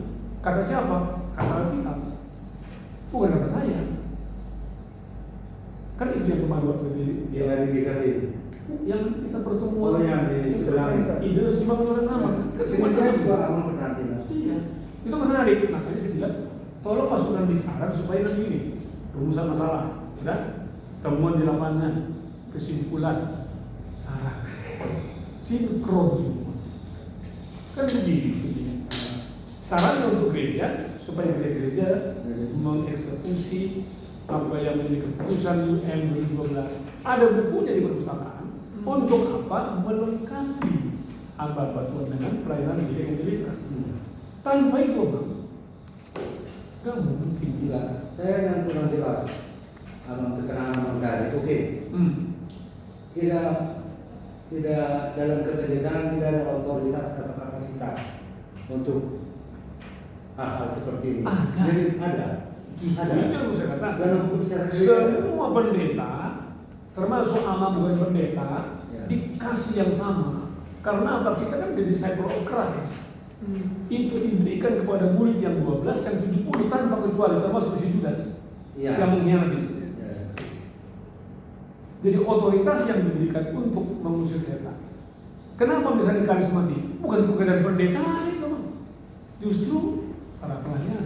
Jadi setelah saya baca mereka punya buku pemuritan, sekarang saya sadar. Karena buku pemuritan mereka itu kan ada yang 100 jam, 200 jam, 300 jam, 400 jam. Yang sudah melewati 300, 200, 300 jam, semua menyadari itu. Oh, ternyata memang ini kuasa diberikan oleh kita. Cuma kita lupa itu ada dalam kita. Tapi mungkin karena pengaruh katakanlah pendidikan Eropa ini, pengaruh pencerahan hampir 500 tahun yang mengatakan nggak ada setan. Sebelum itu Luther justru pada setan. Cuma dampak 500 tahun itu merugikan sekali. Saya di Jakarta, mana ada setan? Nggak ada. Kita nggak percaya. Tapi ternyata saya sadar, oh iya itu banyak karena apa? Aku diajar dosen. Dosenku dari mana? Dari Eropa. Siapa mereka? Mereka produk dari zaman pencerahan. Ya wajar dong. Nah sekarang kita masuk ke lapangan. Amang dokter kok menemukan itu ada. Makanya kita bercanda sama Amang kan. Siapa yang dipercaya mujizat, dokter atau pendeta? Dokter. Itu penelitian lapangan. Nah siapa yang percaya ada kuasa setan bisa membuat penyakit? Pendeta atau dokter? Dokter. Karena orang Arab sudah mengkaji kan yang muslim. Oh ini sakit ini kasih, bukan sembuh. Masalah dia rusak, kasih, bukan sembuh. Kan gitu. Ini dia pendeta tertentu didoakan. Amang rekomendasi. Coba dulu kamu di sana dulu capek pula kan. Udah ini sudah masuk, sembuh. Iya. Datang ke mana? Amang boleh sudah. Nggak mau tanya. Satu ayat, 2, 3. Banyak orang 60 itu ditemukan penelitian. Dokter dipercaya pada mukjizat ketemu pendeta. Ya, karena saya saling sedih Pak. Kan kita cerita sana waktu psikiater kan saya komentarnya kita di sekolah Ya. bahwa karya daripada setan itu tidak dapat kita MRI itu kita rekam di otak ini, tapi terjadi efek. Makanya dokter terjadi efek. Why? Kita tidak tahu macam mana proses patofisiologi namanya di sana. Jadi ya pendeta ya boleh belajar nantinya selama ini kan berkhotbah mengenai ke surga aja Pak. Jadi sekali ke orang sakit Pak. Yang kita tolak itu adalah ketika ada hamba Tuhan mengatakan sikit-sikit masalah, sikit-sikit sakit karena setan. Itu kita tolak. Dia bisa, kita nggak mengajar begitu. Analisa dulu semua. Kalau karena medis, hubungi Pak Gabriel. Ya. Kalau masalah kandungan, hubungi dokter Juniansyah. Kalau masalah kejiwaan, dokter Citra. Tapi ketika mereka sudah live up, baru kita masuki. Jangan-jangan ada faktor kuasa gelap. Itu kita di sini. Jangan sikit-sikit setan, sikit-sikit setan kan. Kita nggak begitu. Karismatik tertentu begitu ya. Iya. Lalu yang kita juga nggak setuju, nanti pendeta ini lebih dari dokter. Semua penyakit karena faktor medis. Ini dokter sekarang di depan kami. Mengatakan yang sebaliknya. Ada loh penyebab penyakit bukan karena virus, bakteri. Bisa juga karena setan. Itu bukan bagian saya. Makanya saya akan memilih pendeta kan begitu. Yang memang teliti ini kan begitu. Tapi kalau Pak Pendeta bilang begitu, jadi macam mana? Masa Tuhan Yesus hidup di dunia berapa banyak disebutkan karena kuasa setan dan lain-lain. Jadi nggak benar ceritanya itu. Kalau dia katakan para pendeta bilang tak ada itu setan dan lain-lain. Tahu di perjanjian baru diturunkan itu tadi apa? Itu yang menarik Pak. Dia kan penyembuhan. Jadi apa saja itu terjemahan. Kan yang menarik kan ini. Apa faktornya sehingga mayoritas pendeta, kan saya nggak bilang semua dong. Mayoritas pendeta terutama yang Protestan. Ya kalau yang BBI ya enggak lah, Injil enggak lah. Protestan abang teliti nanti. Mayoritas pendeta Protestan tidak percaya soal itu. Iya. Kan begitu. Dan nanti teliti lah. Apa penyebab? Khusus pendeta yang mana? Kalau ini kan masyarakat. Jadi dia perang pendeta. Yang saya bilang tadi kan, mayoritas pendeta Protestan mengambil kesimpulan, apalagi di Eropa sana, semua penyakit karena faktor medis. Ternyata dalam kenyataan di lapangan semua intervensi medis sudah dilakukan, dia nggak sembuh. Ya. Oke lah, karena faktor psikis, kasihlah ke dokter psikiater kan, juga nggak sembuh. Tapi begitu kita lihat kok, Sembuh. Ya. lepas dari karena faktor karena prosedur, dia baru sembuh. Ini tantangan buat kita. Ini tantangannya. Nah, sehingga studi alam ini sangat relevan. Wah, relevan. Kamu dokter, Terima kasih kemana-mana. mau dapat tidak dapat beli seorang, nggak hal baru. Tapi nilai tambahnya ini, nilai jualnya adalah orang kalian siapa yang bersih? Dokter, spesialis anak. Dan saya praktisi Pak, udah 10 tahun dulu ini. Masih waktu saya ketahui itu masih banyak ya, bayi-bayi dulu. Itu menariknya, makanya mah jadi buku. Iya. Saran saya. Ya. Dan terakhir, kalau alam perhatikan dalam rumusan masalah dengan kesimpulan belum nyambung memang. Kesimpulan dengan rumusan masalah dengan kesimpulan belum nyambung. Saya maksud begini, Aman, kalau saya tanya, Aman tadi pagi bangun jam berapa? Saya bangun jam 6 pagi. Pertanyaannya rumusan masalah, jam berapa Anda bangun dari pagi? Jam, jawabannya kesimpulan, saya bangun jam 6 pagi. Kalau Anda melihat nanti sinkronisasi itu aja yang tidak harus sinkronkan ya. Jadi saya sudah perhatikan itu. Jadi maaf Pak, saya yang agak saya sembunyikan juga ini kan. Jadi masalah pertanyaan pertama dijawab oleh diagram 3. Diagram 3, diagram 4, 6, kemudian 11. Jadi pertanyaan kedua sama jawabnya dengan pertanyaan pertama. Pertanyaan ketiga, supaya iman bukan berkuat, itu sama dengan jawaban 10, tabel 10, 16, 17, 19, 14, 15. Itu untuk jawaban 3 sama 5. Untuk pertanyaan keempat, terapi orang sakit, yaitu di 18, 9 dan 13. Ya udah saya rangkum ini Pak. Bukan, maksudnya begini. Ini kan bisa begini. Saya contohnya ya. Rumusan masalah di halaman 11. Nomor 1. Apa yang menyebabkan atau yang menjadi motivasi sehingga masih ada warga jemaat yang pergi berobat atau minta pertolongan ke dukun? Itu kan rumusan masalah 1 Mang. Ya. Nanti di kesimpulan 1. Ya. Apa jawabannya? Faktor-faktor yang menyebabkan atau yang motivasi jemaat masih pergi ke dukun adalah sebagai berikut: 1, 2, 3, 4 dan seterusnya. Itu yang saya maksud tadi, perlu abang sinkronisasi. Karena saya baca misalnya apa faktor penyebab atau yang memotivasi mereka? Lalu kesimpulan 1, Tuhan Allah telah memberikan kuasa rohnya atas kehidupan setiap orang percaya dan seterusnya. Padahal bukan itu yang abang tanyakan di nomor 1. Rumusan masalah, tinggal sinkronisasi aja. Ya. Demikian juga nomor 2, ya, 3 dan seterusnya. Sejauh yang dia belum sinkron saja. Itu aja maksud saya.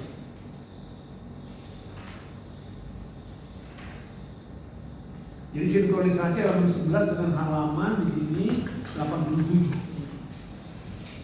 Kalau datanya Amang sudah tanpa saya 5 sempurna, Anda bisa bungkus itu datanya ya. Jadi Ya. nyambung. Wah, mantap sekali. Gimana Pak? Baik, terima kasih Pak. Makasih Pak dukungannya. Ya bagaimana itu kan nanti akan bertanya ke Bapak juga. Jadi gini, saya melihatkan Pak Direktur dengan Pak Penggabian itu satu passion. Makanya chemistry-nya langsung cepat ternama. Saya kalah dengan Jahitannya dia. yang berbeda. Saya kalah dengan dia karena dia dokter, aku bukan. Bukan lah. Saya tidak akan pernah bisa dapat karunia dari atas. Pasti kita tetap menang. Saya tidak bisa naik di mimbar. Saya hanya di luar-luar kotak doang. Pendukung gereja. Kan kata Martin Luther ada di sini. Mimbar orang di Protestan itu bukan di gereja saja. Nah, justru abang paling banyak mimbarnya ini. Ini juga mimbar ini apa? Itu yang dapat saya perbuat Pak. Iya. Baik, terima kasih Pak Panggabean. Tapi masih ada satu lagi penguji yang harus Bapak Abang apa ya? Tapi kalau Pak tadi kan soft ini, apalagi kan Pak tadi kan sama orang tua sangat hormat Abang. Jadi Saya terima masukannya. Saya catat. Terima kasih. Itu bahan buku kita, Pak. Bapak kan dosen. Iya. Saya kan anak sekolah, Pak. Baik Pak. Yang mungkin lama lewati dulu. Baik. Bapak ada cerita di sini soal asal usul kata Batak. Apa? Asal usul kata Batak. Ada Bapak tuliskan di tesis bahwa kata Batak itu berasal dari zaman tahun sekian, artinya ini Enggak. enggak ada. Artinya itu saya nggak tahu, Pak. Cuma asal usulnya daripada ketiga suku ini diduga agak berbeda.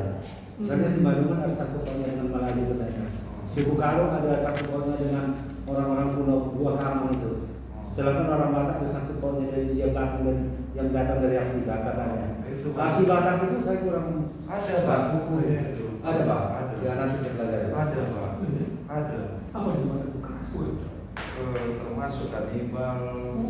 Daniel Kan Peret. pernah kita bahas waktu kita kuliah. Iya, ya, Pak. Iya. Itu mau jadi masukan juga. Daniel Peret. Supaya kita tahu model rohnya.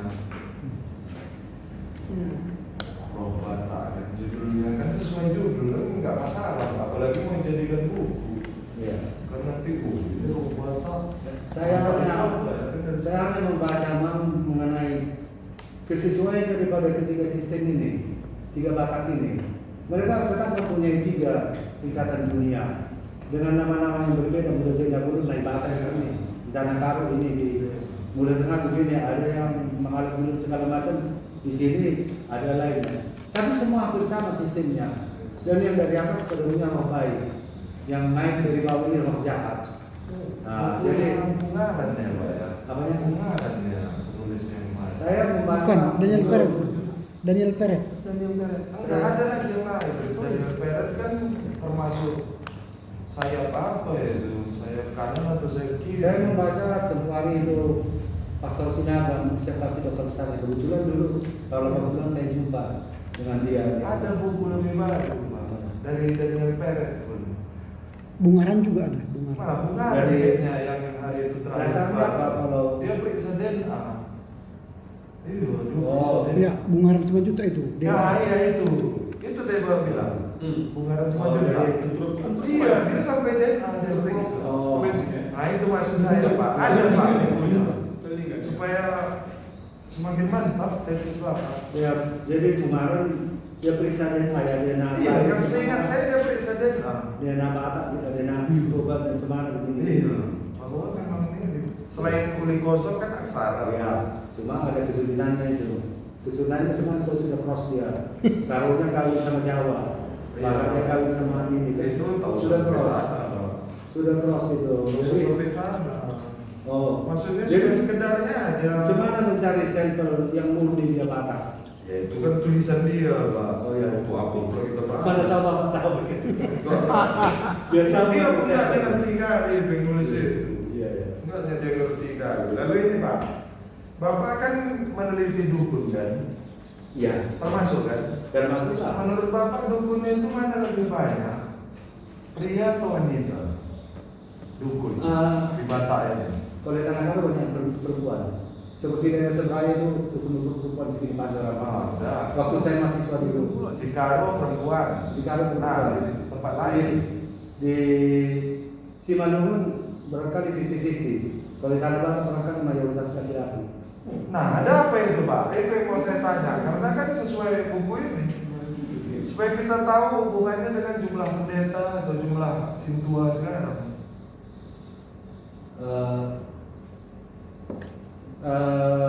Ya tentu lain lagi penelitiannya nanti.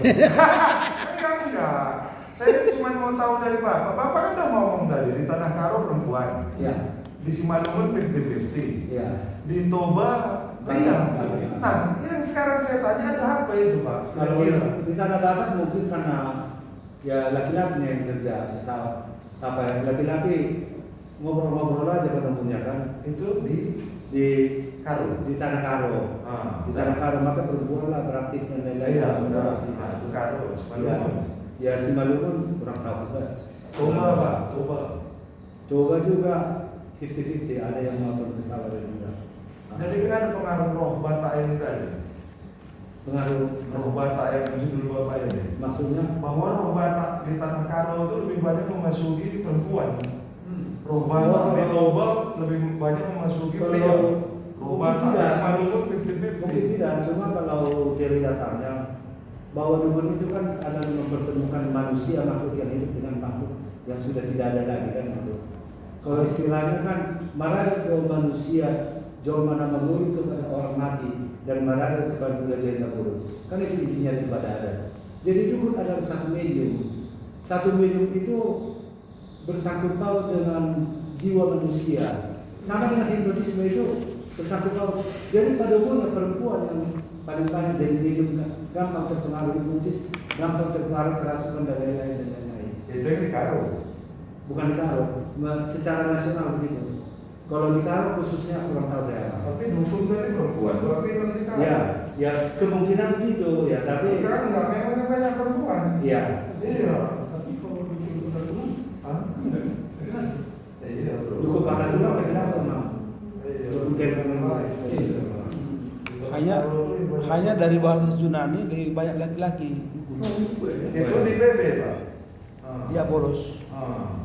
Ya, jadi itu Pak ya. Bolos Kalau ada yang cerita itu, Ya bolos kan nggak kalau nanti jadi buku maksudnya Pak. Iya. Kalau untuk tesis ini udahlah. Iya, iya. Cuman yang Batak tadi saya minta kalau untuk tesis ini dijelaskan lah Batak itu apa. Satanas. Iya, Itu aja Pak. Kalau yang Laki-laki, untuk dukun-dukun tadi tambahin itu buku Bapak. Ya bagus. Itu panis. Iya, kenapa di tanah Satanas. perempuan banyak jadi buku? As itu laki-laki. Nah, apakah pasiennya juga perempuan, nggak laki-laki gitu? Laki-laki kedua saja sama juga. Perempuan itu pesawat. Iya, maksudnya ke gereja kan gitu juga Pak. Di GBKB kan lebih banyak perempuan. Pendeta udah lebih banyak perempuan. Iya ya. Maka itu kalau berkumis sudah heran orang pendeta kok berkumis. Karena lebih banyak udah berkumis lagi. Cuma dalam pendidikan ini ya banyak juga laki-laki. Maka karena perempuan sibuk kita bersatu. Iya itu maksud saya. Sampel Bapak ini banyak perempuan atau laki-laki? Laki-laki kalau sudah bagus. Tapi karena apa mungkin Ada Pak. perempuan malas jauh-jauh gitu. Oh jadi ini laki-laki lebih banyak. Laki-laki di banyak perempuan. Apa menurut Bapak laki-laki percaya soal roh ini? Bukan cuma masalah percaya, malas Pak. Malas apa ya? Kayak ceritanya juga saya.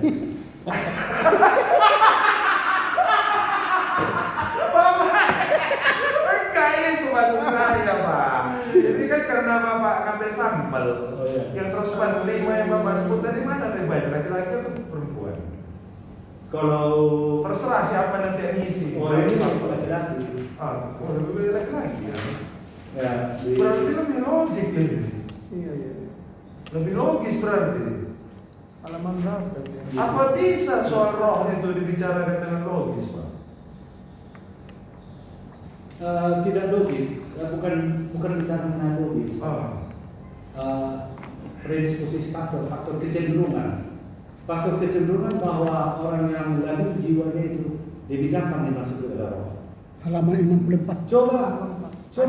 Coba seseorang itu tidak ada pikirannya kayak rapuh dan lain-lain. Makan minum buang air besar di kuburan satu malam dan tidak kena. Tapi coba sudah ada kepersangkaan kita. Apakah memang masuk roh ataukah jiwa kita sendiri yang menghukumi kita? Itu predisposisi faktor namanya faktor-faktor yang mengundang. Baik, apakah Bapak ada membandingkan mantra di antara dukun-dukun ini mantra penyembuhan itu? Kalau kita kan doa salah satu. Kalau dukun kan mantra. Kalau sending NZG ada itu mantra. Mantra dukun itu dia tuliskan di buku istilah. Dukun ini kan ada apa? Ada Bapak lihat mantranya di tesis ini bahwa mantra untuk menyembuhkan itu begini modelnya di Batak. pada waktu dulu saya tahun 80 menulis termasuk di keputusan perdana gereja, maka kami cabut semua nama-nama misalnya Sibol dan Paruja misalnya begitu. Jadi cukup kita katakan begini, kalau nggak dibangkitkan orang ke kemistikan. Iya, maksud saya begini Pak, kan ini kan roh Batak di kaki salib. Ya. Kalau Tuhan Yesus kan mengajarkan doa Bapa kami, Ya. salah satu contoh. Ya. Dan doa yang lain lah mungkin kalau lagi nyembuhkan Ya, dia. ya. Kalau ada buku-buku yang meneliti itu. Ya. Ada juga mantra dari dukun. Ada. Apakah bisa kita bandingkan ini metode doa? Lain lagi penelitian selanjutnya Pak sebutkan. Bukan, dukun pun terkadang sudah mau mencampur-campurkan kekristenan, dia buka buku nyanyi dulu. Dan ini debatan begini, kan dibilang tadi kan. Itu maksud saya Jadi, Pak. Itu maksud saya. jadi, membuktikan yang Bapak katakan. Kan harus ada perbandingan mantra Ya, gitu, ya. dengan doa kekristenan. Ya. Itu maksud saya. Yang isinya begini Pak, Untuk menangkis bahwa kalian mencampur aduk gitu. itu Belum Pak. Ada bisa Bapak masukkan atau enggak? Kalau enggak ya enggak masalah. apa? Pernah Bapak lihat mantranya? Pernah? Nah, ada? Pernah. Bisa dibandingkan Pak? Bisa. Untuk penyembuhan? Nah, ya dengan segala macam lah. Iya, karena ajaran itu kan termasuk doa. Kan ini dogma. Karena apa dalam kedukunan itu benda yang sama atau mantra yang sama hanya berbeda sedikit untuk pengobatan dan untuk membuat penyakit. Nah, itu Pak. Makanya kalau digenggam sebesar tangan, kalau diserahkan seluas langit. Bisa. Terus yang kedua, Udah Pak, saya hanya nanya itu Pak. Bisa apa enggak Bapak bandingkan di sini? Itu aja Pak. Supaya kita tahu. dan bisa kalau mencampur. doa adalah amartias memohon. Iya. Tapi kalau mantra harus, kalau tidak kau saya adukan kesiannya. Iya. Itu maksud saya Pak. Nah, itu. Contohnya. Ya, Karena ini kan dogma. Ya. Dogma kan termasuk ajaran. Termasuk cara dia mendoakan. Ya. Sebuahnya. Ya. Bahwa doa kekristenan itu lebih fair misalnya. Atau lebih sehat kita pakai daripada mantra dukun. Saya kasih tahu sajian ini, tapi kau harus laksanakan ini. Iya. Kalau tidak ini akan saya bawa ke sana, kau dibuang. Iya, udah itu aja Pak. Nah itulah apanya. Supaya ada Bisa saya tidak ada supaya ada jam istirahat karena karena waktu kandung saya Iya. dulu usaha itu sedikit tebal itu. Iya, Banyak itu. hari semua. Oh, Jadi punya itu- abang dukun. Dukun kan. Jadi lapak nihau itu usahanya itu dibakarin itu tulis dengan getah dengan darah. Sayang kali dong bang dibakar. Oh itu. Itu lah kutub turunan tidak boleh. Oh, itu mulai ya. Maka perubahan akan menjadi sakral. Ya betul nggak Pak? Benda itu yang kita buat nyawa. Kalau kita angkat, kita doakan akan menjadi sakral, akan mengenal kita. Kutub turunan. Yang pernah disinggung dulu aku dari proposal itu. Sekarang baru saya jawab. Baiklah. Oh betul. Masih ada lagi abang dari pagi tadi dikasih Dari kopi. Pak- Siapa tuh enggak lagi? Pak Harahap Pak, mungkin sekilas Pak, kira-kira Pak masukan. Kalau dari saya, karena pembimbing dua, saya pikir sudah oke lah dari masukan tadi. Ya, sudah oke. Ya, saya juga dari pembimbing satu tidak ada masalah. Hanya memang kan kalau saya diminta untuk menguji ini, saya senang sekali makan apa ini DNA, kemudian apa ini, senang sekali karena ini sangat apa ya, sangat aktual dalam pemikiran eklesiologi. Jadi ternyata Amak sudah sampai ke situ. Maaf ya Bang, kalau mau itu sedikit ya, kebetulan saya dokter mau saya cerita sedikit, Iya. mungkin 5 menit. Iya. Boleh lah. Sebelum itu saya setuju. Oh iya.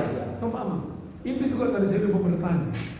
Rupanya kalau DNA gereja GBI sudah jelas, pujian, doa, pujian, penyembahan. Apa DNA gereja Batak rupanya?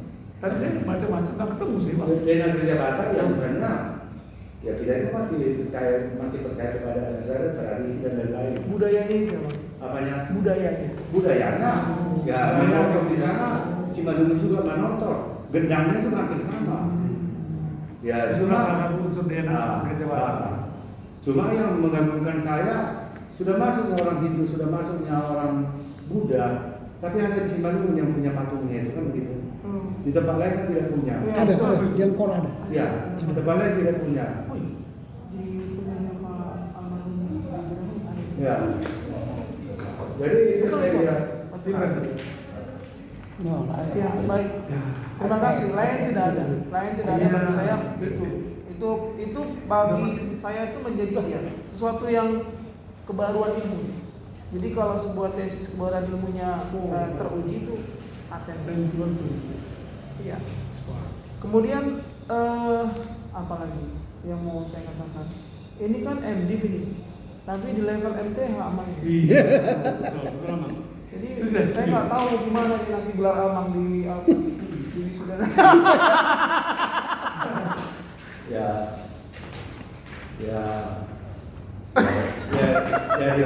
dipanjang-panjangkan ya senang saya.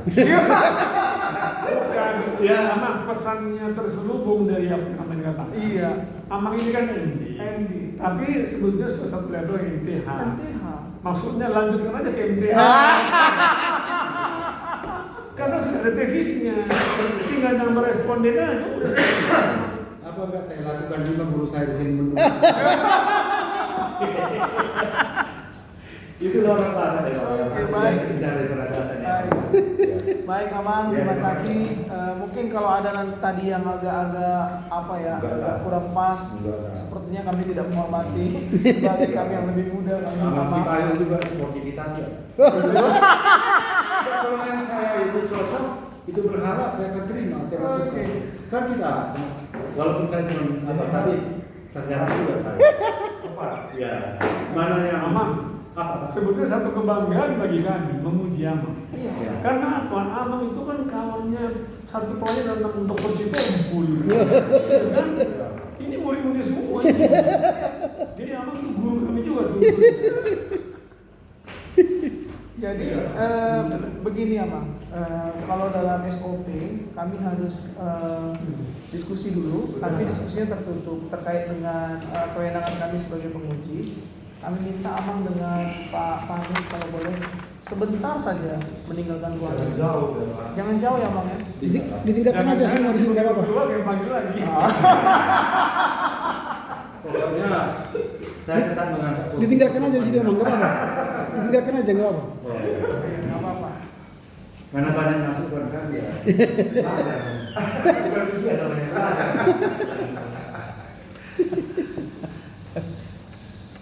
Semangat beliau yang apa? Iya.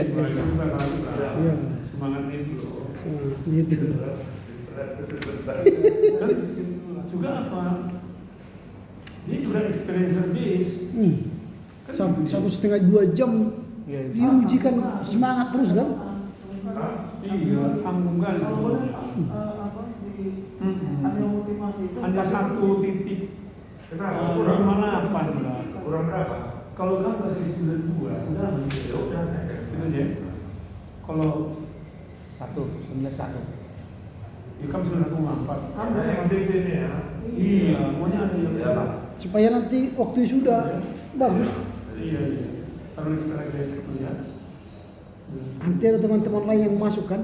Apalagi dia bisa nanti program gelap. MTH. Iya, ini promo gelap kita Iya. ya. Tapi ya kita nggak perlu keberlangsungan sekolah ini. Gimana nambahnya tadi, Pak? Salah deh. 7.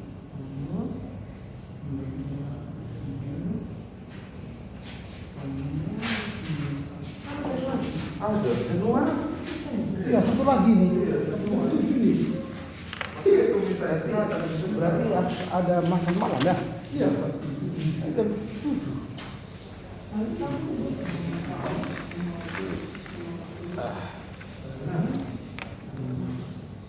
Apa ini? Iya, belum. Jumpa tadi di sini. Nah, biasa nyuci gitu, Pak. Kayak biasa.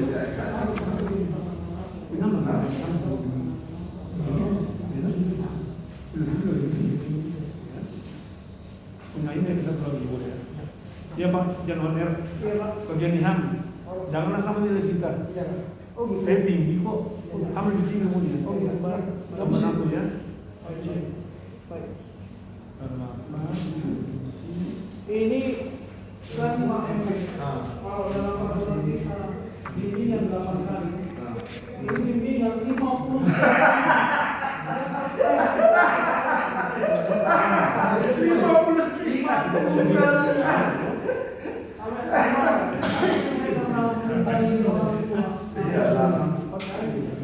Sama seperti waktu mengambil bahasa Yunani dia kan.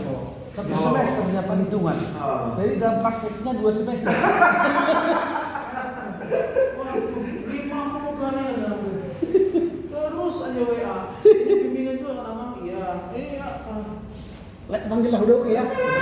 Sudah Pak? Udah. Gimana cara yang tadi sini Pak? Udah kita rombak di sini, Udah. Tapi belum tadi Pak. Rombak. Kita rombak, tracker. Kita lihat di global nanti posisi.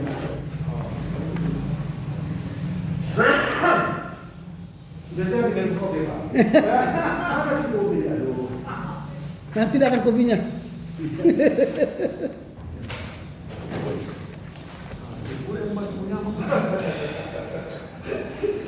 Cepat kali dipanggil ya Pak.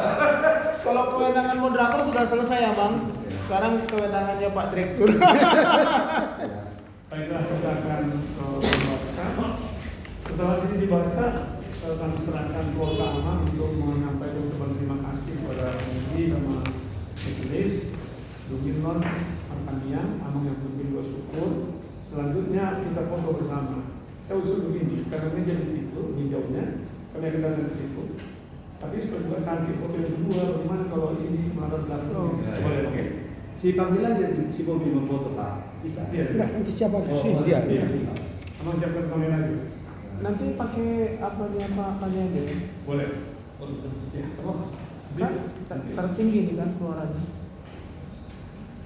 Berita acara Divisium nomor 132 DP STT Sabda 2023. Pelaksanaan ujian meja hijau atas nama Gabriel Panggabean. Dokter. Kembali dokter di sini. Ini betul begini dong. Pada hari Rabu tanggal 23 bulan Agustus tahun 2023 telah dilaksanakan ujian meja hijau atas nama Gabriel Panggabean dengan dosen pembaca penguji yang terdiri dari Dr. Jafar Saragi penguji 1, Dr. Ramli Harahap penguji 2, Dr. Diaman Sipayo penguji 1, Dr. Jahrian Saragi penguji 2, Dr. Muhammad Ritariga penguji 3. Sesuai yang dipaparkan Saudara Gabriel Panggabean di hadapan para pembaca penguji dalam mempertahankan tesis tersebut dan juga mengacu kepada kriteria yang telah ditetapkan. Maka para pembimbing penguji memutuskan 1. Menerima tesis tersebut dari rata-rata 95 dengan ketentuan berbeda selama 20 hari. Nilai kelulusan tesis itu adalah A. Sempurna Amang. Jadi semua yang Amin. diuji, ya sampai sekarang yang dapat A cuma nama. Yang lainnya A minus. Prioritas orang tua Pak. Hukum darah penima. Betul, belum siap. Hasil perbaikan tesis ini akan dibaca ulang oleh Dr. Jahrian Saragi, saya sendiri.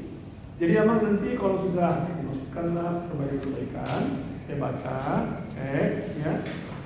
Kemudian kalau saya sudah sisi, nanti diteken dulu oleh Bapak Mas Diaman Sipayo, baru saya, baru Pak Mehamed, Ya. baru terakhir nanti pembimbing 1 dan 2. Jadi nggak boleh duluan pembimbing, nggak boleh duluan saya, harus menguji satu. Ya. Hormat membaca ulang akan dikenakan kepada majelis sebesar 300.000 per bulan. Ya. Di dalam waktu 20 hari di 20 bulan. Dan apabila melewati bulan yang ditentukan maka dikenakan tambahan nilai 500.000 per bulannya. Tentu Amang ingin wisuda kan, ingin gitu ya. Jika mungkin cukup 20 hari. Tesis yang sudah diperbaiki dan sudah dijilid lux. Jadi Amang kami tekan dulu Amang, baru nanti dijilid lux. Ya. Undang lux dulu baru tekan jangan. Jadi ada kesalahan bukan ulang. Ya. Sudah mendapat pengesahan diserahkan lengkap 2 yang hard copy. Sesudah itu juga soft file. Soft file-nya bisa di CD-ROM atau bisa di yang kecil flash disk. Yang isinya mulai dari sampul sampai lampiran. Dan itu dipisah-pisah. Jadi nggak boleh dikabung gitu. Ya. Dan bisa ya. Demikian berita acara di sini disampaikan. Medan 2 Agustus 2023 dilepas Dr. Gary Anton Saragih. Jadi sekali lagi selamat untuk aman ya. Dan kita serahkan Jadi kopinya saya Pak. bisa mengucapkan cakap juga. Iya. Jadi ya mudah-mudahan kita bisa bertemu lagi. Ya. Tapi saya berterima kasih kepada bapak-bapak yang sudah mengajar kami. Bukan mengajar hanya karena dia ditugaskan menjadi guru, tapi dia mengajar dengan hati dan toleransi terhadap ortu seperti saya. Saya tangkapnya udah ngerti lah bapak itu. Kan? Udah itu. Syukur-syukur masih lancar ngomongkan gitu. Jadi, terima kasih lah Pak ya. Jadi semoga walaupun saya tidak pendeta, semoga Tuhan tetap memberkati kita sekalian ya. Mohon bantuan daripada bapak-bapak nanti dalam pembentukan buku itu, karena jelas saya bilang saya masih batasan sekolahnya belum tamat kan gitu kan. Jadi bantu bapak lah berlima ya kan gitu. Saya kan usahakan sebaik mungkin di Pak Januari nanti ya kan. Tapi tentu tambah banyak orang tambah banyak sempurnanya kan gitu Pak ya kan. Terima kasih Pak. Ya, silakan nama guru dalam doa. Bapa kami Tuhan Yesus, penebus kami Roh Kudus yang tetap menyertai membimbing kami, memberikan kami kecerdasan, karena tanpa Dikau kami tidak punya pengetahuan apa-apa Bapa. Di sini kami sudah mengakhiri pertemuan dengan Bapak para pendeta.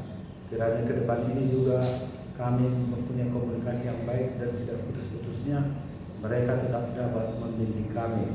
Bapak kami, semua ini kami mohonkan pada Tuhan hanya karena kasih-Mu saja, karena kami mencoba berbuat apa yang dapat kami perbuat yang dikatakan Yesus ini. Terima kasih Yesus, terima kasih Roh Kudus. Amin. Amin. Amin. Izin dulu ya. Izin maksud gini. Kan itu akan masuk di buku. Izin boleh menggunakan isinya pertemuan nanti ya. Kalau saya pembinaan, saya mesti izin dulu. Kalau abang bilang tidak boleh, saya akan sampaikan. Boleh. Cuma disertakan kutipannya nanti.